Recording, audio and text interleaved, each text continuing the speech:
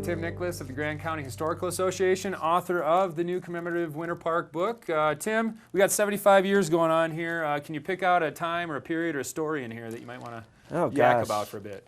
I mean, when you're talking 75 years, you can't pick one certain time period that's your favorite. I mean, you had the Bradley years, which were so important, not just to Winter Park, but the entire ski industry. Bradley, the full name. Steve Bradley. He was the area manager from 1950 to 1975.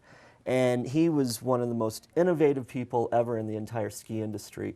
He invented the Bradley Packer, which was the very first ski groomer in the world. And I believe there's one of my favorite runs is Bradley's Bash. It is. So Bradley's you Bash give a quick is named tribute after by him. shredding some bumps down Bradley's Bash, half groomed on some days. Yep, and thanks to Steve Bradley, they're groomed.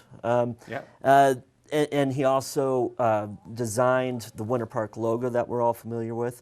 He's called the father of slope maintenance, and he designed the balcony house, and which was considered very innovative in the ski industry. And that has been around now solar. since 1955. 55. So yes. yeah, Balcony House is one of the oldest buildings at the base, I believe, is it? Well, it is the oldest. The oldest, yeah. It is the oldest. Another era I love is the 40s. The 40s, that was really the beginning of the ski resort industry in Colorado. Before that, it was all winter carnivals. But in the 40s, you had the ski resorts popping up. And one of the most fascinating people ever to come out of that era was George Engel, of course. And many people watching this know the name George Engel, knew George Engel, know the Engel family. But it's still prevalent in town. Oh, yeah. Yep. It's appropriate to talk about the Engels with this kind of stuff laying out, because this is some old ski patrol gear, and George Engel happened to be the very first paid ski patroller at Winter Park. Oh, I didn't realize that. The very first at Winter Park.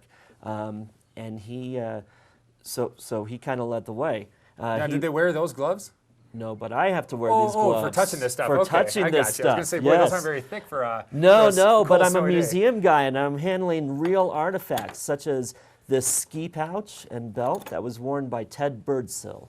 And I could open it and show you all the different things that he carries. There's stuff inside here. This is legit all the way through. Yes, it is.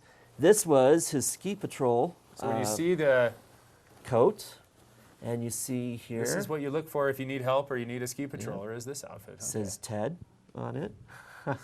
With the snowman, okay. And then his old hat. So this is what the patroller would be wearing. You know? It's a little different than what you're going to see out there today with walkie-talkies and knickers. Whoa. They wore knickers. I mean, come on, could you imagine wearing knickers? Knickers to ski on a January day when it's high of 5 degrees. That's exactly. But Ted was Bradley Packer. They called them jet pilots because, man, those guys were flying down the hill with the Bradley Packer at between 80 and 90 miles per hour with this 400-pound machine pushing them. And George Engel was the first paid ski patroller. He was the first paid ski patroller. So this is kind of similar to outfit he might have been wearing. Exactly. Very similar to what he would have worn. Awesome. Well, with that, Tim, we got to take a quick break, but we're going to be back with a little bit more because we have a little more to talk about here that you brought to you.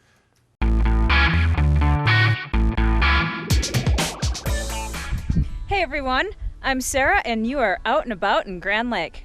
Today I'm at the trailhead of Adams Falls. It's in Rocky Mountain National Park in what they refer to as the East Inlet area. Adams Falls hike is a great hike for beginners because it is so short and because there's hardly any elevation gain. But the one thing is, during the winter, as you can see, it's frozen over, so there is no rushing water unless you listen real close. It's all running underneath the frozen. But it still has a great view of Grand Lake.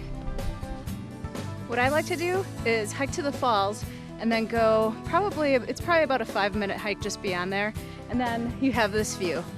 And it's not as busy, so you can just sit, relax, and take in the great views. Thanks again for watching Grand County's only morning show.